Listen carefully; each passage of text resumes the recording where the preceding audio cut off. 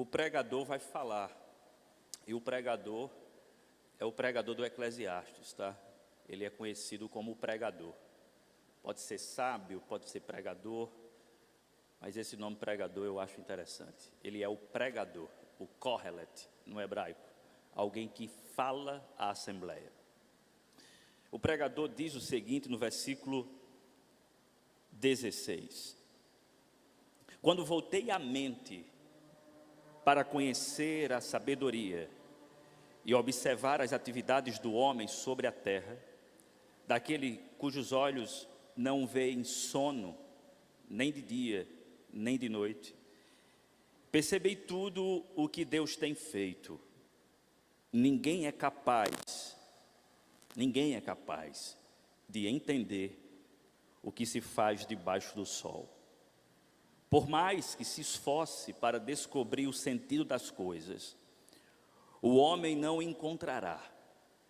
O sábio pode até afirmar que entende, mas, na realidade, não consegue encontrar. Há um programa da nossa TV brasileira,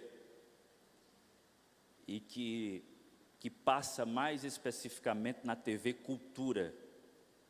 E claro, está disponível nas plataformas que nós temos à disposição, plataformas digitais. E o programa se chama Provoca. É bem possível que você já tenha assistido alguns episódios. Nesse programa há um entrevistador e um entrevistado. É marca registrada do programa a pergunta final.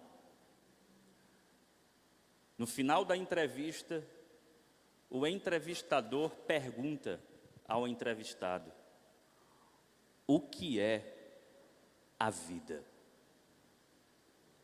E aí o entrevistado começa a oferecer possíveis respostas.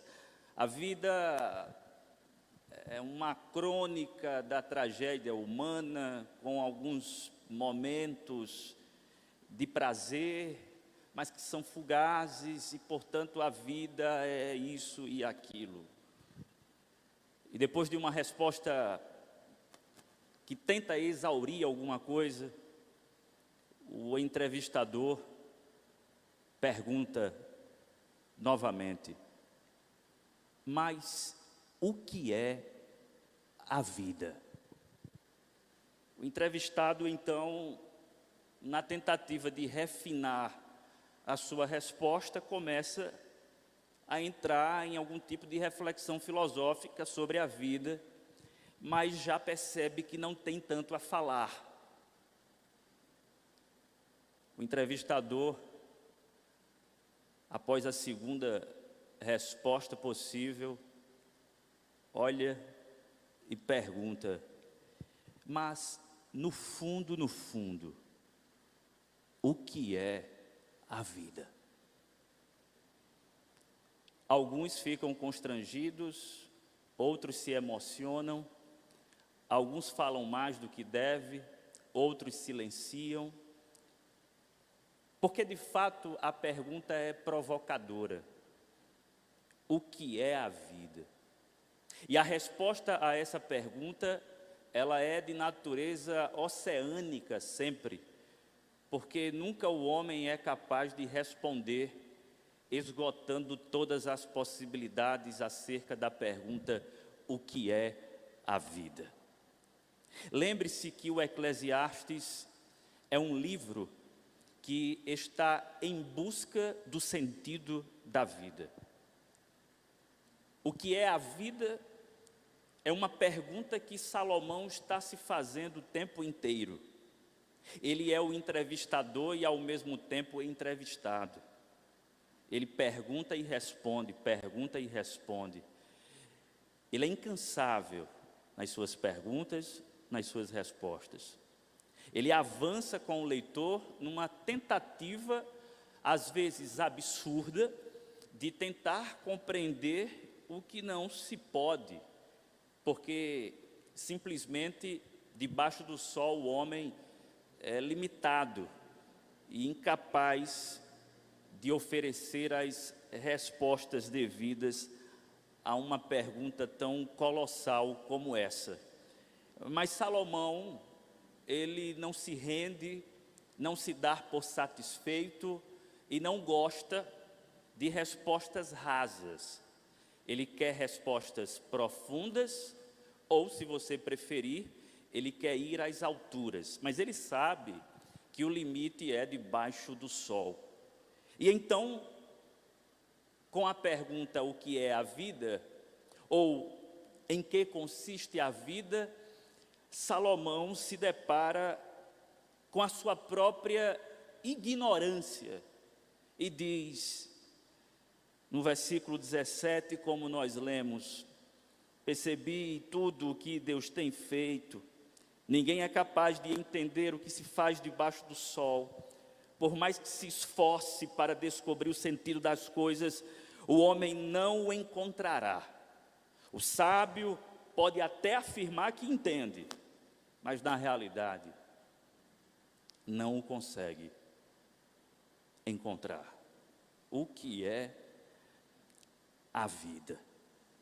De acordo com o pastor presbiteriano e escritor também, o Philip Ryken, que escreve sobre o Eclesiastes, ou tem sermões no Eclesiastes, a essa altura ele chama Salomão de um filósofo frustrado. De fato, Salomão assume a sua frustração por não encontrar o sentido da vida.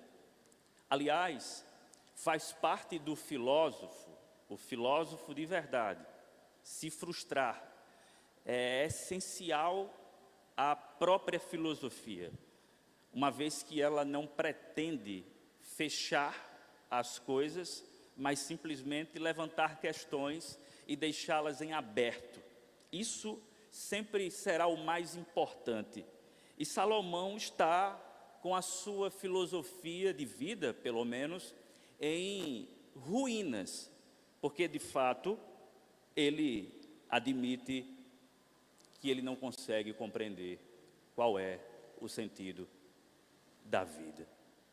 Não obstante, Salomão, embora frustrado, talvez, Salomão tem fé. Ele pode até estar triste com a sua frustração de natureza epistemológica, isto é, com a sua incapacidade de conhecer os fatos, a realidade, a vida, o mundo. Mas ele tem algo que sobrevive a tudo isso. Ele tem fé. A sua fé, então, o possibilita a não ficar circunscrito a uma condição existencial pessimista, que é muito comum do livro do Eclesiastes e é até coerente, porque o pessimista ou o melancólico, ele está simplesmente correspondendo à realidade dos fatos que ele está encontrando na vida e que não faz sentido. Portanto, não seria coerente estar feliz com as desgraças, com as fatalidades, com o destino comum de todos, a saber, a morte, a nossa grande inimiga e adversária final, que coloca um ponto final em todas as coisas. Salomão, como você pode perceber, se depara com as questões da vida e da morte, e a morte em si já é um problema, porque ele não sabe o que será, o que vai acontecer, o pós-túmulo, o pós-sol, o que está para além disso. Então ele se desespera com a vida, mas como disse, a sua fé é preservada. E com a sua fé preservada, ele não é apenas um pessimista proposital, mas ele é também um otimista proposital. Salomão não é um homem triste apenas. Salomão é um homem alegre também. O Eclesiastes não é composto apenas por textos ou declarações ou confissões melancólicas tristes e depressivas acerca da vida. O Eclesiastes também é composto por várias porções textuais que apontam para a felicidade, para o prazer, para a alegria, para as coisas boas da vida. E isso só é possível porque o Eclesiastes, o pregador, o sábio, Salomão, tem fé, mesmo diante das incertezas, mesmo diante das injustiças, mesmo diante das calamidades, mesmo diante das catástrofes, mesmo diante da morte. Dito isso, o que é a vida? Salomão pode nos oferecer algumas respostas. E eu quero compartilhar com vocês ao menos duas. A primeira, o que é a vida? Salomão poderia responder assim: a vida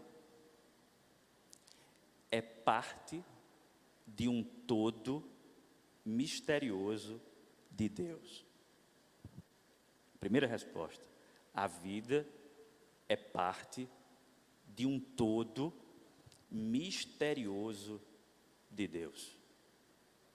Se tem uma coisa certa na vida, é que ela é incerta. Uma das nossas maiores certezas são as incertezas da vida. E essas incertezas se revelam de várias formas. Por exemplo, nós não somos capazes de saber o que vai acontecer no dia de amanhã, e também não sabemos quando iremos morrer. É isso que ele diz no capítulo 8, a partir do versículo de número 7. Versículo esse que não foi visto na pregação passada, e por isso chamo sua atenção. Visto que ninguém conhece o futuro, quem lhe poderá dizer o que vai acontecer? Ninguém tem o poder de dominar o próprio espírito, tampouco tem poder sobre o dia da sua morte e de escapar dos efeitos da guerra. Nem mesmo a maldade livra aqueles que a praticam. Vá para o versículo de número 12 do capítulo de número 9. Além do mais, ninguém sabe quando virá a sua hora. Assim como os peixes são apanhados numa rede fatal e os pássaros são pegos numa armadilha, também os homens são enredados pelos tempos de desgraça que caem inesperadamente sobre eles. A vida é incerta, porque, em primeiro lugar, nós não sabemos sobre o futuro e tampouco sobre o dia da nossa morte. E isso pega Salomão, provoca Salomão e leva o pregador, então, a levantar questões, que levantam outras questões, a fazer pesquisas, que levam a outras pesquisas. Coisas que não têm fim, parece um efeito dominó infinito, em busca de sentido, mas a vida é incerta, não conhecemos o futuro, não temos noção do que pode acontecer no instante, agora. Não podemos prever muita coisa, até podemos, mas é só previsão. Certezas nós não temos. Mas há uma outra ignorância revelada por Salomão dentro das incertezas da vida, que é a ignorância com relação ao imponderável, que consiste no nem sempre. E o que é esse imponderável que consiste no nem sempre? É o que temos no versículo de número 11, capítulo 9. Ele diz assim: percebi ainda outra coisa debaixo do sol: os velozes nem sempre vencem a corrida, os mais fortes nem sempre triunfam na guerra, os sábios nem sempre têm comida, os prudentes nem sempre são ricos, os instruídos nem sempre têm prestígio, pois o tempo e o acaso afetam a todos. Vou estudar muito e passar num concurso? Pode ser, pode não ser. Vou treinar muito para me tornar um jogador de futebol? Pode acontecer, pode não acontecer.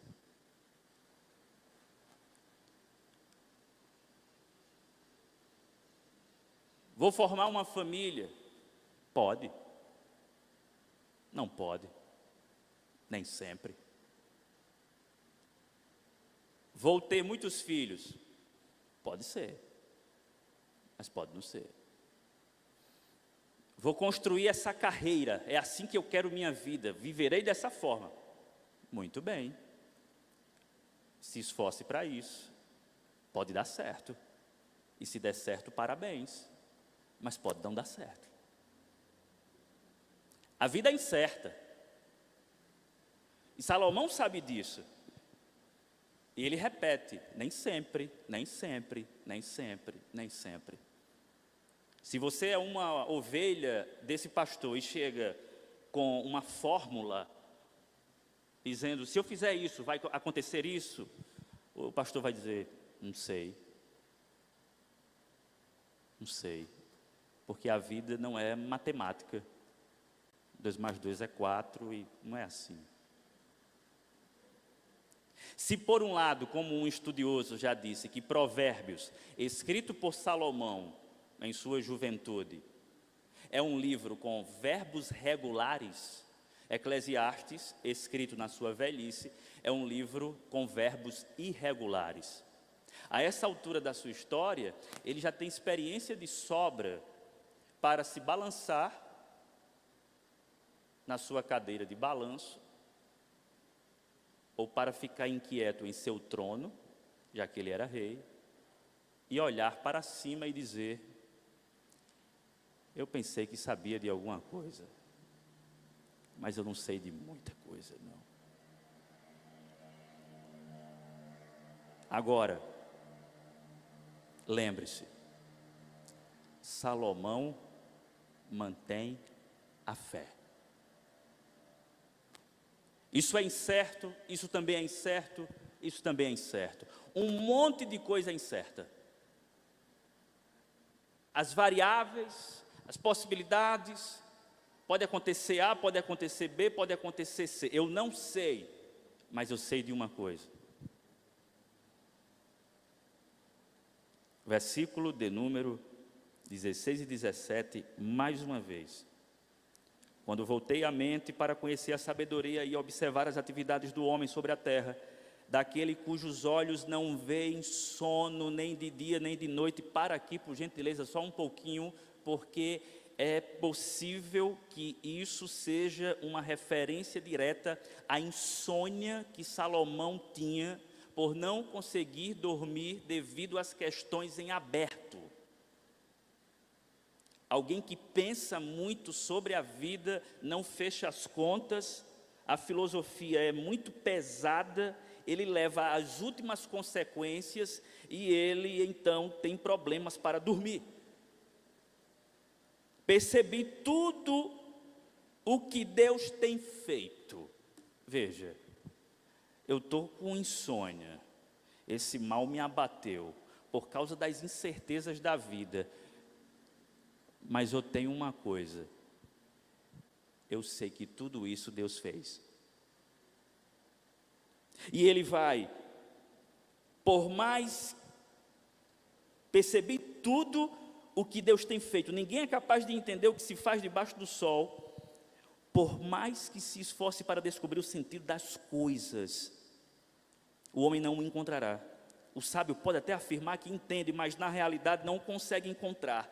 Quando você pensa que Salomão está entrando em um buraco negro de niilismo, de ausência de sentido da vida, ele está com a sua fé tão firmada em Deus, que quando ele entra no capítulo 9 e começa a falar do destino comum a todos, que é a morte, ele diz assim, refleti nisso tudo e cheguei à conclusão de que os justos e os sábios, e aquilo que eles fazem, estão nas mãos de Deus.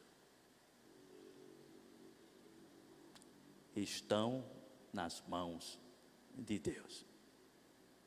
Deus sabe, estão nas mãos de Deus. Ele tem fé. A sua reflexão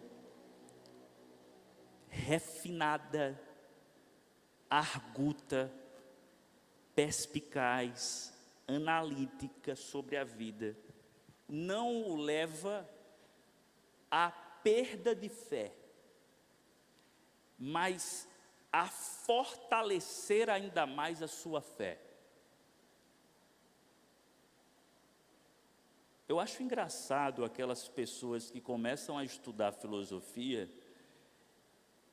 ou então até ciência, aí acha que aprendeu alguma coisa e por isso não tem mais fé. Salomão certamente iria morrer de rir com essas coisas. Não, porque agora eu sei disso, eu entendo isso, eu entendo aquilo. Salomão diria, você não entende nada. Você leu meia dúzia de livros e pensa que sabe de alguma coisa. Você não conhece a vida. Qual é o sentido da vida? Me responda. O sujeito poderia até responder com teorias do conhecimento, mas Salomão diz, você é um verdadeiro idiota, porque tudo se evapora e você vai morrer. Qual o sentido da vida? Diante das incertezas, diante dos infortúnios, diante das calamidades, diante dos desastres, diante das injustiças, Salomão tem fé. Fé no Deus que está regendo os fatos. Ele não sabe de um monte de coisas, mas ele sabe de uma coisa, que Deus o sabe. E quando ele se refere à mão de Deus, ou às mãos de Deus, ele está declarando sua fé na soberania de Deus em um mundo aparentemente desgovernado e em caos. Ele olha para o caos, ele olha para toda a subversão desse mundo e diz, eu creio, apesar do que estou vendo, da criminalidade, da corrupção, da injustiça, da morte sem sentido, da bala perdida, do acidente, do assalto. Eu sei que Deus está regendo os fatos. Ele assume claramente a sua fé na soberania de Deus.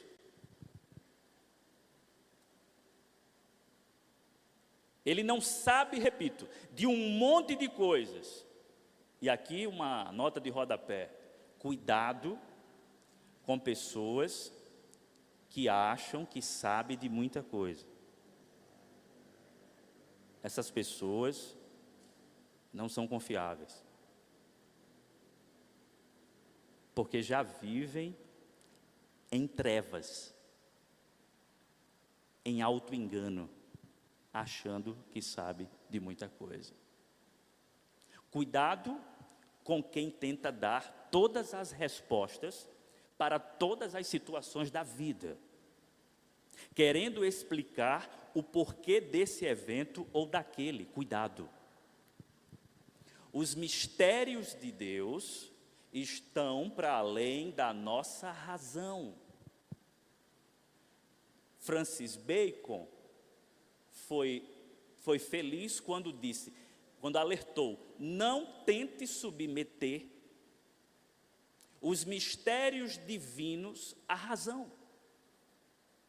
Não dá. Eu não estou falando que fé e razão são coisas excludentes. O que eu estou dizendo é que a nossa fé em Deus extrapola a razão, que tem um limite. E qual é o limite? Debaixo do sol. Só que Salomão está refletindo debaixo do sol, mas transpondo o sol, dizendo, eu creio que tem um Deus, e é o meu Deus, que governa a minha vida, que governa esse reino, que governa esse mundo, que governa os fatos, que é soberano, que é poderoso e que todas as coisas estão nas mãos dele. Eu sei que você está inquieto, inquieta com um montante de coisas que já aconteceu na sua história e que você tenta encontrar explicações e não as tem. Eu sei que você às vezes vive em busca de respostas e não as encontra. E que até pergunta a Deus: por que, Senhor? Por que foi assim? Por que tem que ser assim? Por que isso aconteceu dessa forma? Por que comigo? Por que não com o outro? Por quê? E aí você pode ir lá para Jó e escutar Deus dizendo assim: você não tem como compreender, ainda que eu queira lhe dizer. Sua mente pequena, finita, frágil, não suporta o meu conhecimento. Onde você estava, Jó, quando eu coloquei os fundamentos da terra? Se você quiser conversar comigo, vamos começar pelo Gênesis. Salomão já admite: não sei, mas confessa, eu creio. Você crê que Deus está no controle da sua vida? Você crê que a vida é parte de um todo misterioso de Deus? E você crê que essa mão de Deus, ela é boa? Que os fatos inexplicáveis que estão nas mãos de Deus, estão nas mãos de um Deus que não está irado com você, mas que é cheio de amor, de carinho, de graça para com você. Ele olha para você ternamente com um olhar não fulminante, mas com um olhar de amor, muitas vezes dizendo assim: eu sei que tu queres entender, mas eu vou te preservar disso. A melhor coisa não é o escape, eu creio e ponto. A melhor coisa é viver a realidade da vida, crendo na soberania de Deus, não como escape, mas como verdade, como fato. Eu creio que Deus está no controle de todas as coisas. O Senhor está falando para você: minha filha, são meus mistérios. Você não pode compreender essas coisas. Meu filho, são os meus mistérios. Não dá para você compartilhar. Não dá para compartilhar com você. Amo tanto você que não vou fazer a sua cabecinha explodir uma mínima informação que eu posso lhe dar. Se contente então com o que já está revelado e deixe o que é mistério com Deus, que tem os seus mistérios. Pastor, e lá na eternidade, saberei de todas as coisas? Não sei, ainda não fui, a Bíblia não revela nada a esse respeito. Mas vale salientar uma coisa: nem mesmo na eternidade saberemos de todas as coisas, por uma razão óbvia: permaneceremos criaturas e Ele, Deus. Claro, o nosso conhecimento será límpido, mas é um conhecimento ainda assim limitado pelo próprio Deus, que é fonte de todo conhecimento. Se contente com o que já está revelado, creia na soberania de Deus e que Ele governa a tua vida não com ira, mas com amor. Você está na boa mão de Deus. A vida, então, em primeiro lugar, é parte de um todo misterioso de Deus. Mas uma segunda resposta possível que Salomão daria: o que é a vida? A vida é uma experiência agridoce sob o governo de Deus. É uma experiência agridoce sob o governo de Deus. Eu já disse que Salomão tem o seu tom pessimista, que Salomão tem suas depressões, que Salomão tem suas tristezas, e essas coisas correspondem, esses sentimentos correspondem à realidade dos fatos. Claro, eu não posso escrever notas felizes de realidades quando de fato a realidade nega qualquer tipo de felicidade. Eu preciso ser honesto com relação a isso. Mas Salomão sabe que a vida não é só tragédia. Ele vai falar do destino comum a todos, que é a morte, nos primeiros versículos do capítulo 9. Ele fala que não há essa distinção, porque no final, o justo, o sábio,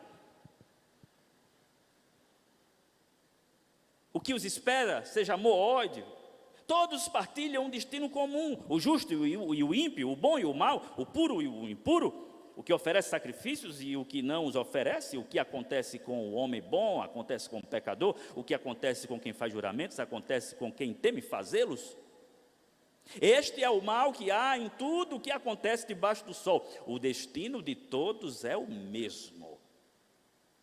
O coração dos homens, além do mais, está cheio de maldade e de loucura durante toda a vida. E por fim, eles se juntarão aos mortos.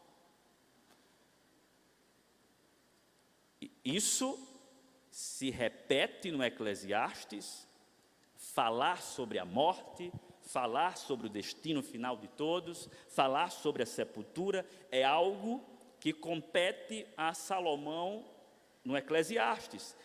Mas Salomão é alguém que, por sua fé, ou com a sua fé, é capaz de celebrar a vida, apesar dos pesares. Porque em meio a tudo isso, ele diz assim, versículo 4, quem está entre os vivos tem esperança. Até um cachorro vivo é melhor do que um leão morto. Vocês sabem que até hoje a figura de um leão representa algo nobre, com força, com poder. É o animal mais nobre que temos, sem dúvida. É o leão. A comparação que ele faz aqui é interessante, porque ele fala que o cachorro vivo é melhor do que um leão morto. E aqui nós precisamos entender que quando ele fala de cachorro, ele não está se referindo ao seu cachorrinho bonitinho, que é bem tratado dentro da sua casa. Na época, nos tempos bíblicos, os cachorros eram até mesmo considerados animais selvagens, animais impuros, animais detestáveis e rejeitáveis.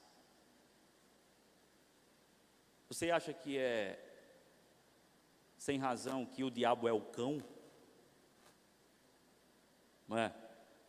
Por que o cão? Porque o cão era esse bicho desprezível e que estava sempre querendo morder as pessoas.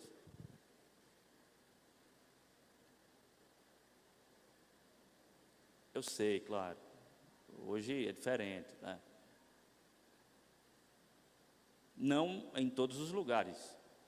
Tem cachorros aí que são maltratados, rejeitados, sim, uma série de coisas.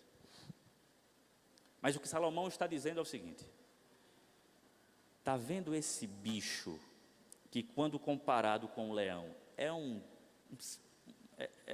uma criatura desprezível? É melhor ele vivo do que um leão morto. Ele está dizendo o que nós falamos com o nosso dito popular: enquanto há vida, há esperança. É isso que Salomão está dizendo, em outras palavras: enquanto há vida, há esperança. Se você está vivo, então tudo pode acontecer. Você pode estar na pior, mas se você está vivo, a sorte pode mudar. Você pode ter chegado ao fundo do poço, mas se você está vivo, o milagre pode acontecer. A situação pode estar um caos dentro de casa, mas está todo mundo vivo. O Senhor pode fazer grandes coisas. O filho foi para o mundo, está no mundo das drogas, está largado. Está vivo ainda? Está vivo, está vivo. Vamos orar por ele, Deus pode fazer grandes coisas. Está doente, mas você está vivo. Essa enfermidade pode ser curada. Há esperança enquanto se vive. E Salomão está celebrando justamente esse fato, a vida. Então você pode, inclusive, se arrepender dos seus pecados. Você pode voltar atrás em algumas coisas. Você pode tomar outras decisões. Você pode dar uma guinada na sua vida. Você pode bater um papo com fulano que você brigou. Você pode conversar com ele. Estão vivos. Não perca tempo, façam logo as pazes. Estão vivos. Ainda há tempo de reconciliação, de amar, de abraçar, de sentar à mesa. Está vivo, soube que ele está vivo, vai falar com ele.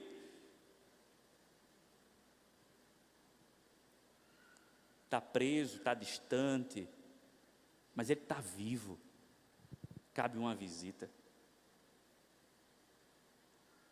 A história pode ser mudada, porque há vida. Mas o leão morto é irreversível. Não tem mais o que fazer. E Salomão vai dizer: pois os vivos, versículo 5, não sabem que morrerão, ou sabem que morrerão, mas os mortos nada sabem. Para eles não haverá mais recompensa, e já não se tem lembrança deles. Para eles o amor, o ódio e a inveja há muito desapareceram, nunca mais terão parte em nada do que acontece debaixo do sol. E Salomão está usando aqui em consideração a sua própria perspectiva de Sheol, de sepultura, de morte, porque no Antigo Testamento não há com clareza essa ideia de que você morreu, vai para o céu, se você foi um justo, ou então foi para o inferno. Não tem essa ideia. Tem o Sheol, o lugar dos mortos, a habitação dos mortos. E Salomão está dizendo: eu não tenho muito conhecimento com relação a isso, eu não sei o que é que acontece. Não há consciência aqui, mas se está vivo, até mesmo para ser invejado pelos outros e saber lidar com isso, está vivo. Recebi uma crítica, eu fui criticado e pesado, uma crítica pesada. Você está vivo, é porque você está vivo. Estão invejando minha vida, pastor, olho grande, olho gordo. Então, é porque você está vivo.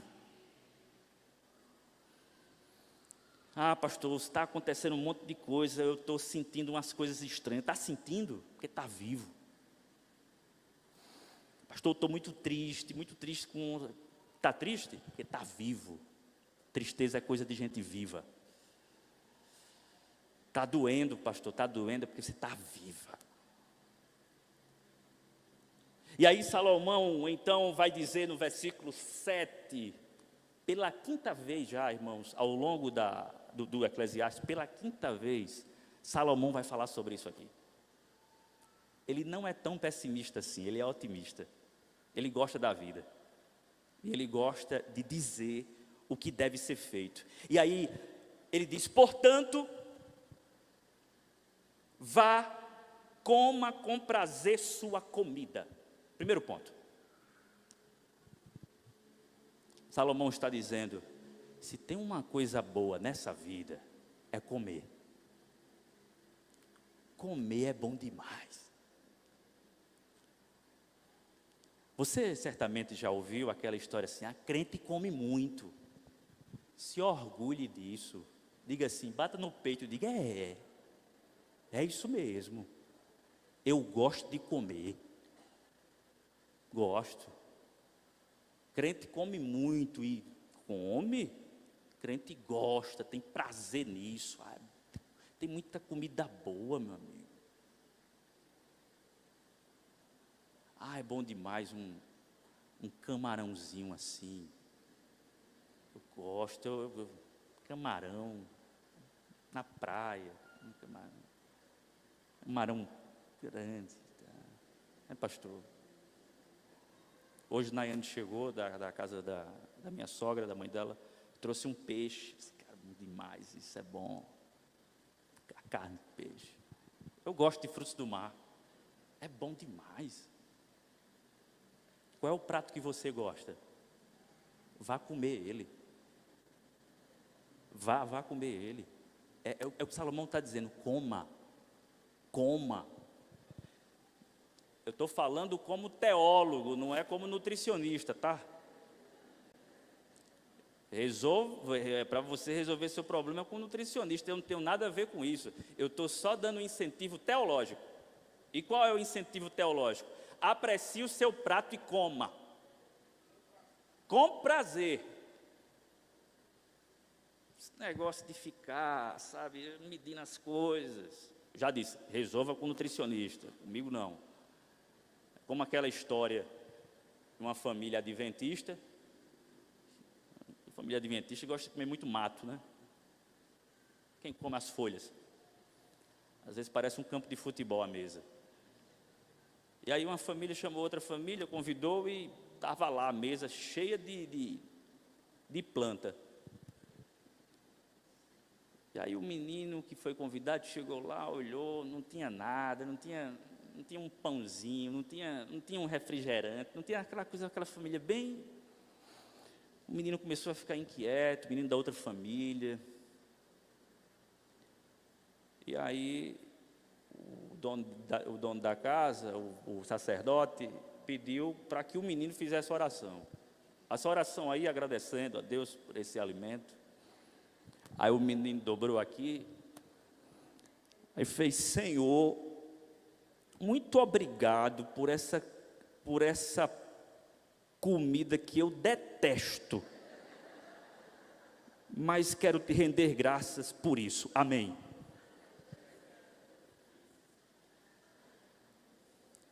Não dá, muita folha, muita coisa, não, vamos comer, paz. Não se furte não,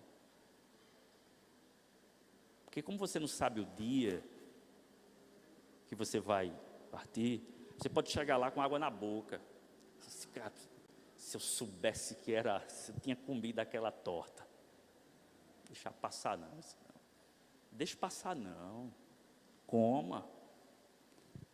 A primeira orientação que ele dá é, portanto, vá, coma com prazer a sua comida. E aí a segunda é, e beba o seu vinho de coração alegre. Falando de bebida. Está falando de vinho. Está falando de bebida forte. É o Eclesiastes. Tá? Se você se escandalizar com isso aqui, você está se escandalizando com ele. Aí ele já morreu. Você vai se encontrar com ele depois, aí você pergunta. Mas o que ele está dizendo é, beba o seu vinho com um coração alegre. Tem coisa melhor do que um bom vinho, irmãos? Um bom vinho. Eu não sou.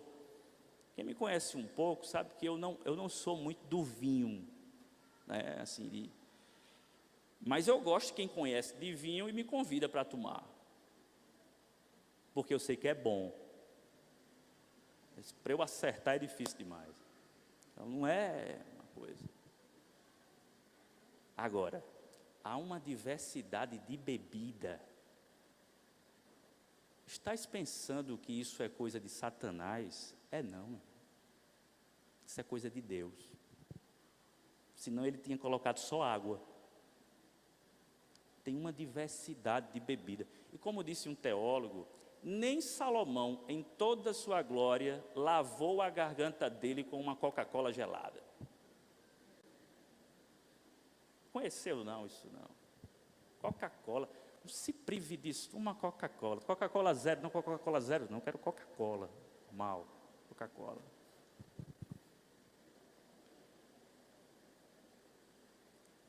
Eu lembro uma história de um diácono que foi fazer uma oração. Era uma escola bíblica dominical. Isso foi em Salvador, numa igreja aí bem rígida com relação a isso. E aí o pastor, um calor, aquele calor, e ele empacotado. Aí o pastor disse: meu amigo, ore para nós iniciarmos os nossos trabalhos e agradecermos a Deus por estarmos aqui nesse dia. E aí o diácono fechou os olhos, calou e disse: Deus, muito obrigado, porque nós estamos aqui na tua casa, não estamos como aqueles outros que estão essa hora na praia, tomando aquela cerveja bem geladinha, mas muito obrigado, Senhor, por esse momento aqui na tua casa, amém.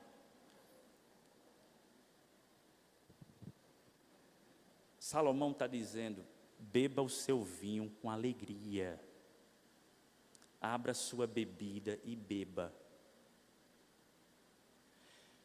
Pastor, o senhor não acha que isso é perigoso demais, não? Tudo isso aqui é perigoso. Comida, bebida, sexo, ele vai falar sobre isso aqui. Tudo isso é perigoso. Porque nós transformamos facilmente as coisas boas de Deus em coisas ruins. E como é que isso acontece? A comida facilmente se transforma em glutonaria. A bebida facilmente pode levar o sujeito ao exagero e ao alcoolismo. O sexo pode levar a pessoa a idolatrar os desejos sexuais e fazer disso um Deus. Então, tudo que é bom da parte de Deus tem os seus perigos. Eu não posso, então, por causa dos perigos, me furtar de comida, de bebida e de sexo. Porque eu preciso comer, eu preciso beber, e eu preciso fazer sexo com a mulher da minha vida. E é isso que ele vai falar aqui. Pois, olha só, beba o seu vinho de coração alegre, pois Deus já se agradou do que você faz. Tem muita gente que... Olha, se você vai fazer algo desse tipo, por exemplo, beber, se você vai beber um vinho, se você vai tomar uma cerveja, se você vai fazer tomar um uísque, alguma coisa, com a mente, com a consciência pesada, faça não. Não faça isso. É ruim para você. Porque o texto diz aqui, faça isso com alegria, porque Deus já se agradou do que você faz. É como se ele estivesse dizendo assim: isso já vem pré-aprovado do céu. Não tem discussão. O problema é em você e não nas coisas. Esteja sempre vestido com roupas de festa e unja sempre a sua cabeça com óleo. Olha só. Compre a sua roupa, se vista bem. Use a camisa que você comprou, que é cara, e que você está guardando assim por uma ocasião. Use ela, meu amigo. Use sua camisa. A nova camisa do Flamengo é bonita. Não é, Lucas? A nova camisa do Flamengo, eu estou vendo um jeito assim de driblar a Nayane, para adquirir a camisa, mas ela é bonita demais. Então, eu gosto de botar a camisa e sair imponente com a camisa do melhor time do mundo. É bom demais. A nossa grande luta é contra a soberba. Porque a gente é tão bom, Ribeirinho, tão bom, que a gente fica andando com soberba. A gente precisa... Mas vista a camisa, bota o perfume, não tenha pena de botar o perfume, bota o perfume, rapaz.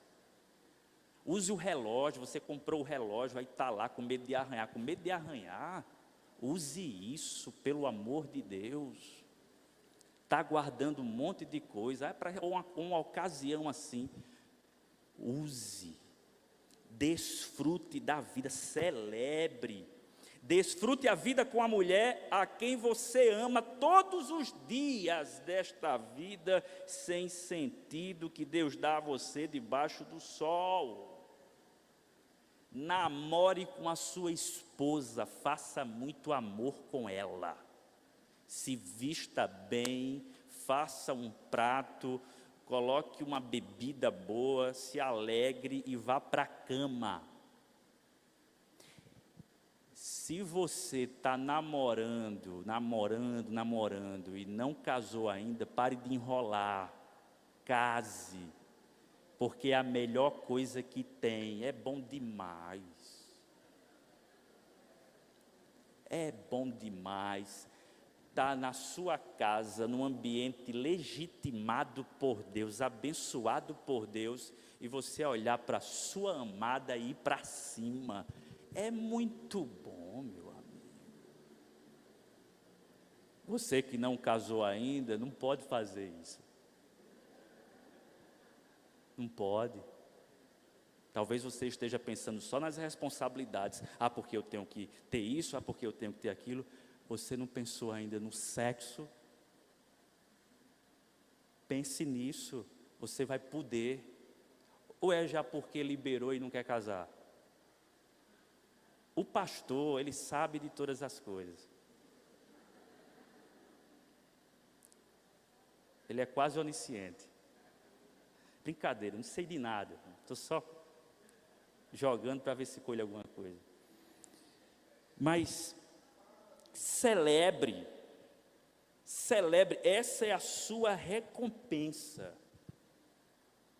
Lutero já disse, comentando, né, o reformador Martinho Lutero, disse que, aliás, perdão, não foi Lutero, foi um biógrafo de Lutero, disse que a fé de Lutero era uma fé simples, e a fé simples de Lutero dizia que a coisa mais espiritual a ser feita é, depois de um trabalho honesto, o trabalhador chegar em casa, comer a sua carne, tomar sua cerveja, fazer amor com a sua mulher e tocar flauta com os seus filhos. Olha que interessante. Isso é espiritualidade encarnada. A espiritualidade, irmãos, não é uma coisa assim, eu vou para o monte, isso não é espiritualidade. Espiritualidade é viver ordinariamente, aproveitando das coisas boas da vida e celebrando tudo isso com ações de graças. Isso é a santidade que os filhos de Deus revelam, aproveitando as dádivas de Deus e dando graças a Deus por elas. O glutão,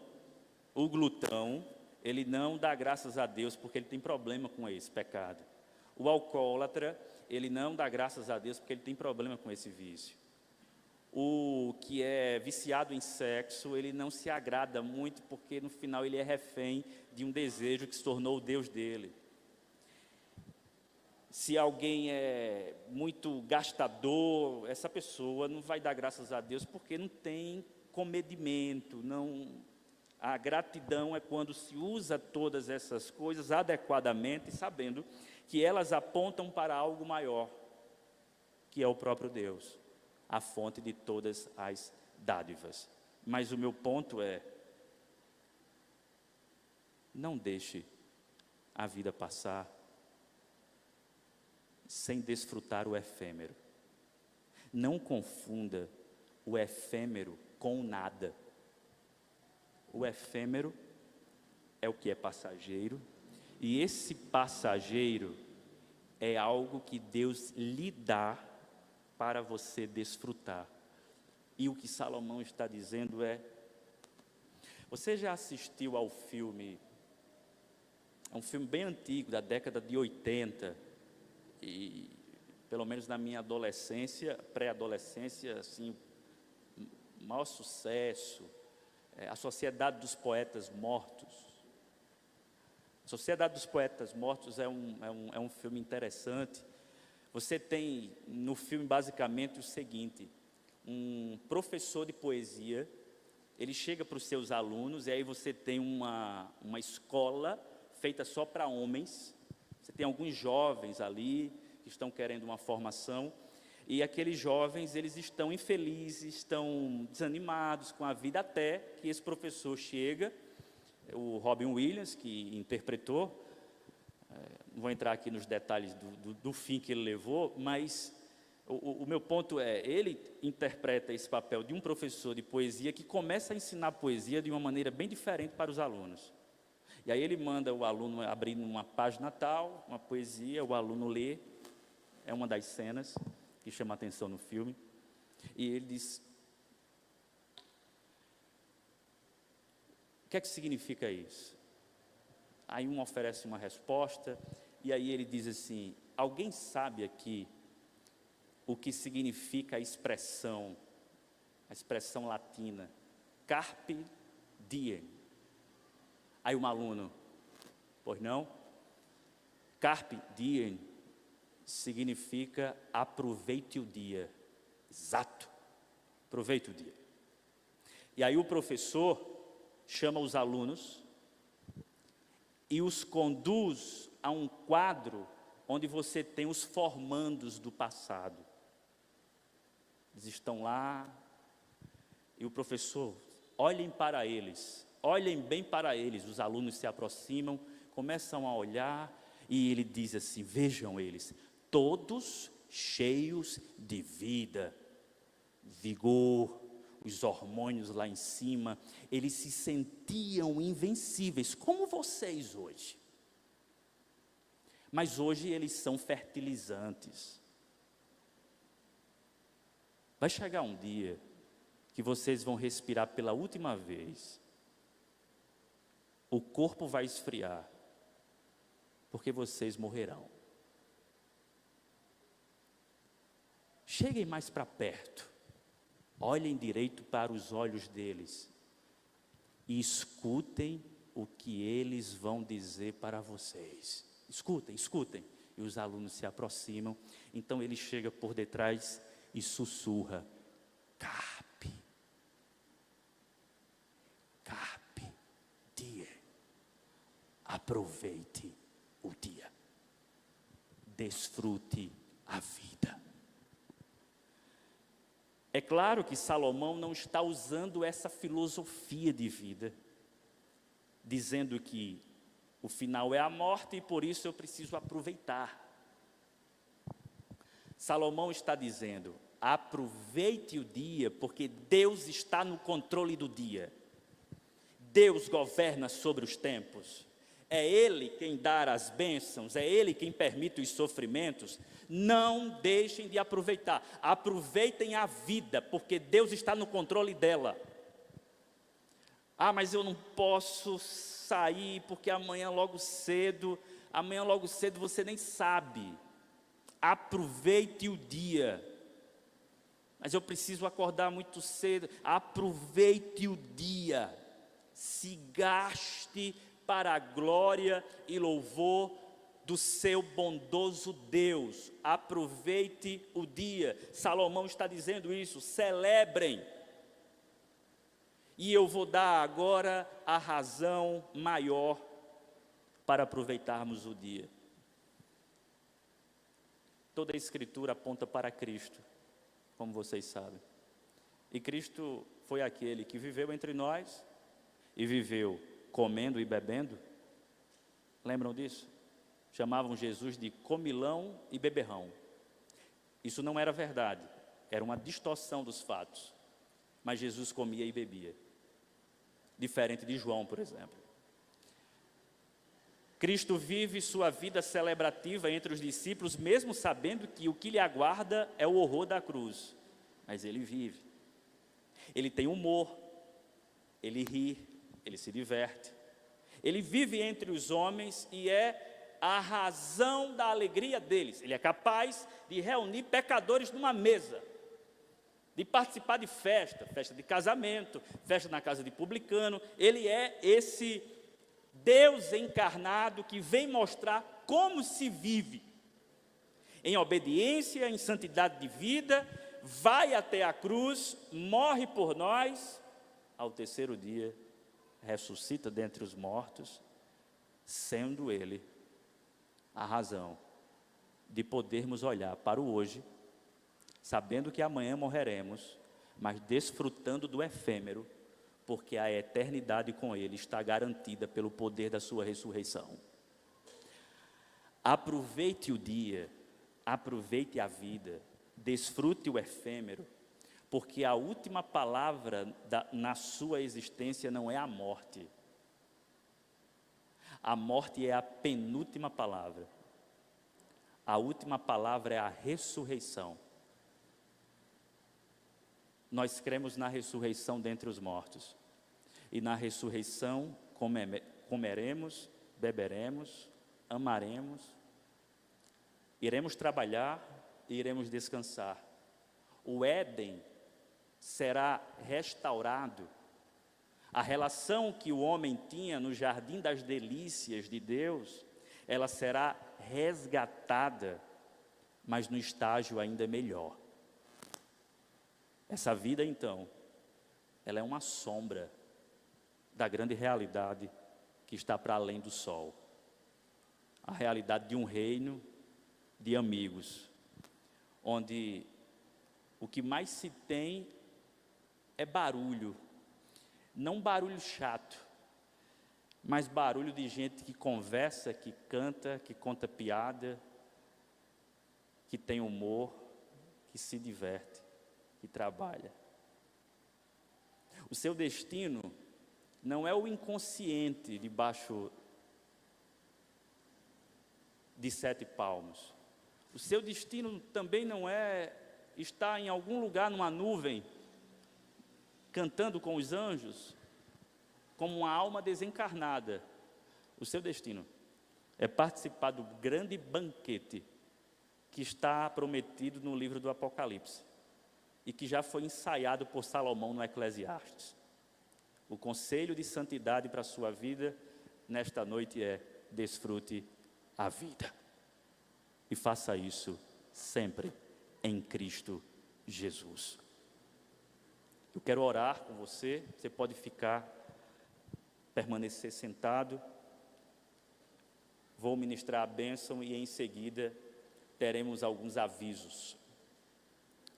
Senhor, muito obrigado por esse momento, pela palavra do Eclesiastes, pelas orientações, exortações e consolações que recebemos de Ti. Nos ajude a enfrentar mais uma semana debaixo da Tua potente mão.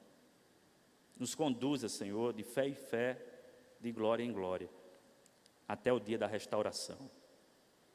Que a graça de Cristo Jesus, o amor de Deus o Pai e as consolações do Espírito repousem sobre cada um de nós, desde agora e para todo sempre.